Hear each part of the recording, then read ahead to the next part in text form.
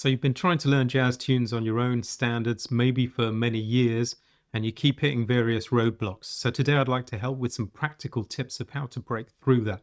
I've been doing this with students for 30 plus years. There are many personalities, but always the same few problems. So I'm going to distill down those few problems and solutions so they can work for you too, and you can finally get more freedom and flow and improvisation happening in your playing. If we haven't met before, my name's Sean. I studied with Dr. Barry Harris, and I help students through my Jazz Skill platform finally get fluent and learn this beautiful language so they can free up and improvise and do what they want with their music. So if you're like most people working on their own, or often with a teacher, you'll pick up a tune because it's one that you like and you want to play. You'll start by learning the melody and then add the chords, and then try to put voicings on top, or maybe some improvisation phrases, that sort of thing. Then probably get bored and then try some things like walking bass or whatever. But always be in this cycle that you can really only remember the last couple of tunes you played, and you're still relying on what I call re-re, which is either reading or remembering what you play, not feeling it as you go and building the language the way you speak the language of English, for example. And therefore the freedom that you want never really comes. We want to break away from the re-read, the read remember, and the this hand does this, then I learn that hand, and then try and put it together. That's not what this kind of music is about. That you may get away with that on a classical tune or something. In jazz, you have to be playing the language and thinking about that language whilst you play, not just before you play in analysis or after you play, but during play. So rather than being read or remember, we take our skills into real time, which is a completely different way to work. And I get why people do it, because it makes sense to them. It seems logical, it seems intuitive, but this is a counterintuitive process, learning this music to a certain extent, especially for people who haven't done it all their lives. And there are two essential ingredients missing always when people have gone that route. Number one, there's no time in their playing. And number two, as we said, there's no language in their playing.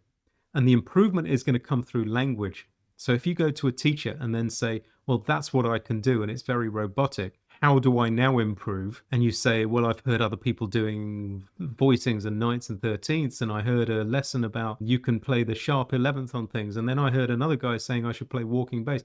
These are all stylistic.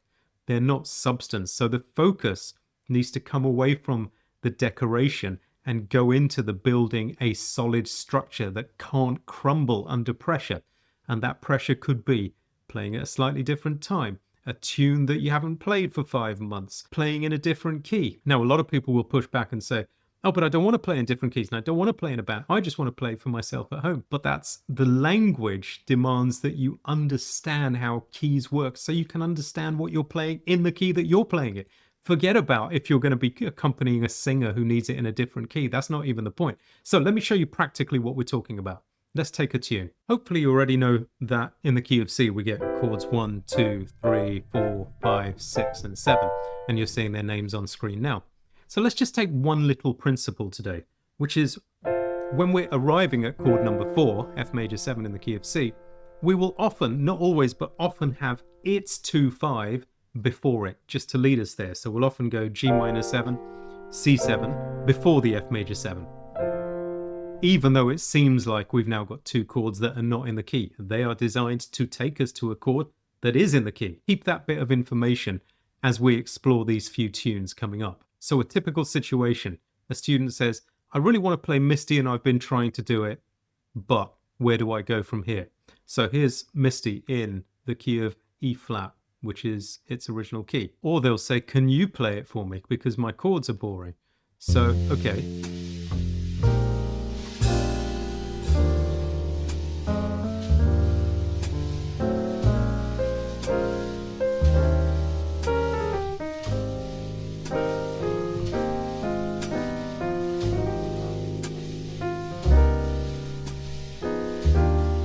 And the student will go, oh, yeah, that's what I want to do. So how do I do that?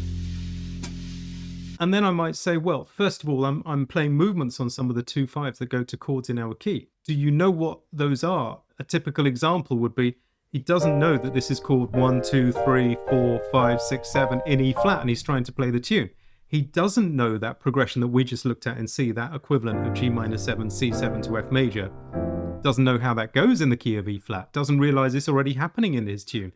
By playing tunes, he's not automatically learning that these patterns and structures come up all the time, so he doesn't recognize them. They don't mean anything to him. He just wants to know, how do I make that sound better? So let's do something. Let's turn this into a tune in the key of C. We'll play the same tune, and we're going to do this on a few tunes. And there it is. There's that G minor 7, C7 going to F. Now that we've transposed this into the key of C, it's easier for everybody to see, right? And I know you might be wondering, do I have to put this all in C? No, I'm just showing you how all of these tunes we look at are going to do this. So now if I play it in C, which is low, I'll play it high. Here's G minor 7 to C7. A lot easier to see in this key, right? And then we go off to a minor, which is a different principle. So now imagine that he'd played that first tune in E flat and then played another tune like this in C and not realized I'm playing the same language in every tune, but not learning something from it. That's the key, is to get those data points connected, not all separate. And I'm going to demo this on some more tunes coming up. If you're enjoying this video, please give it a like and hit the notification bell so you know when I upload new content. If you've got something good to say, then comments really help as well. For more lessons like this, come and see us on Jazz Skills. More about that at the end. But now let's get back to the lesson. So now we're looking at common language used in tunes, and we expect it. If I see G minor 7 in the key of C, I expect C7 followed by an F major. It doesn't always happen every single time, but most of the time it will. It allows me to anticipate what's coming next and hear it when I'm listening to music. I'm now hearing progressions, not chord, chord, chord. When I look at a lead sheet, I'm not just seeing chord followed by chord followed by chord, lots more things to remember.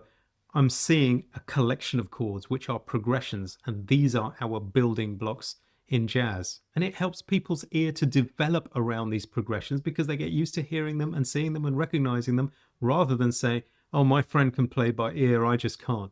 You develop it, and things like this help you to develop it. And then of course we'll have rules and tips and tricks to improvise over those sorts of progressions, right? So when they come up, we're already used to working on them. Same with movements.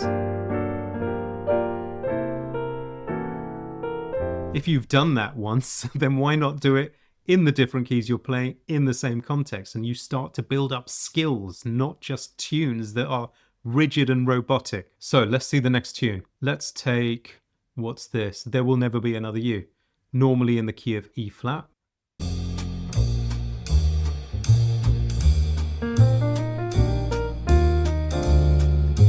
Looks like it's got nothing to do with the other tune, right?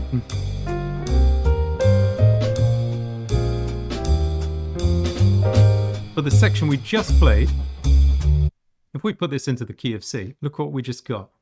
Here's our G minor 7 to C7 to F. So now, if I go from the beginning, missed the first bit, but never mind.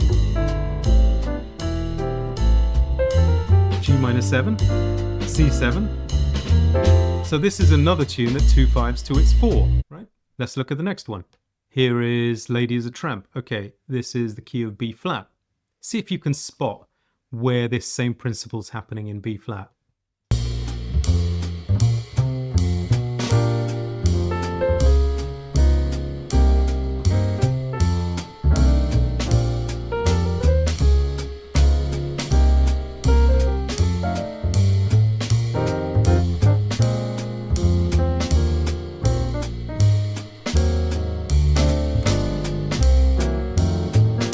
Okay, did you spot it if you know your key of B flat? Well, either way, let's take a look at how that would look in C, and maybe it'll make more sense. And again, I'm not saying you have to convert everything to C, but if we look at a key that you already know a bit better, then this principle will make sense. And hopefully from watching this, you'll get the idea that, oh, that's how I should be working in any key. So all of this stuff connects rather than looks and feels separate. Here we go.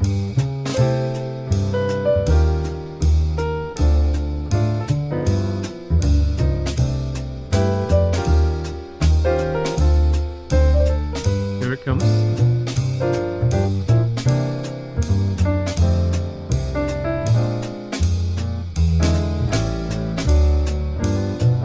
Etc. Right? So once we put it in the same key, it becomes obvious that it's the same language. But if you work in the right way, it will become obvious to you no matter which key you're playing these tunes in. Let's do one more, a ballad, Nearness of You in the key of F.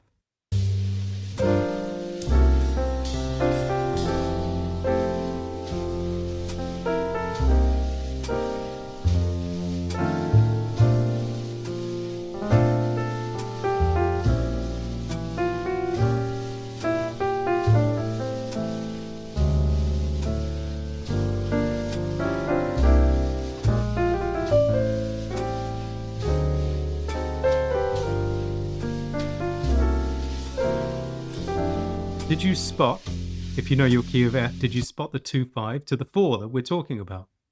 Well, in the key of F, 1, 2, 3, 4. How do we approach that B flat major 7? With its 2-5, C minor 7 to F7, before the B flat major. There it is on the screen, but if I put this tune into the key of C, then it will become very obvious, just for study, right? There it is, G minor 7, C7 to F.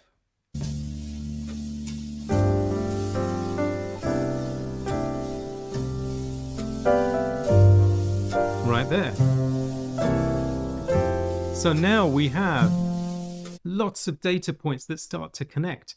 What about all the other stuff? Well, there are rules and principles for all those too, but there aren't thousands, there are only a few. And actually we go deep into those in our Developing Fluency course on jazz skills to get you started and show you how to learn it, what's important, fun ways to practice it with tracks, support from me. And that's really how we get you out of robot jazz player and into more flexible freedom style. If you're interested, come and see us on Jazz Skills.